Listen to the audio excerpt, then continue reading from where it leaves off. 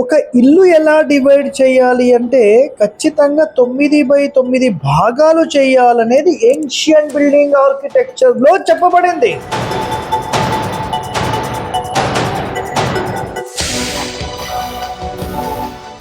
చాలా మంది మాట్లాడారు కదా సార్, మేము పూజ గది ఎక్కడ పెట్టాలి?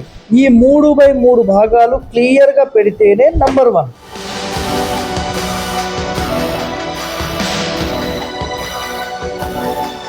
ఇక్కడ చూడండి, కరెక్ట్గా 0 degreesలో మనం ఇది పెట్టడం జరిగింది.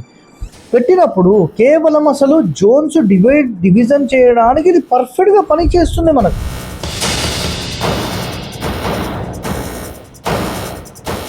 ఈ చక్రం అనేది మీరు కొనొచ్చా లేదంటే కొనుక్కోండి, ప్రాబ్లం లేదు.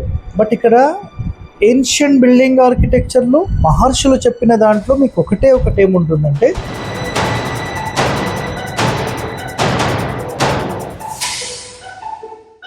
దేవత స్థానాలు ఏవైతే ఉన్నాయో ఆ దేవత స్థానంలో ఎవరెవరి స్థానంలో ఎవరు ఏ బెనిఫిట్ మనకి ఇస్తారు అనేది ఇక్కడ ఉంటుంది. ఈ శక్తి చక్రం అనే దాంట్లో ఉంటుంది.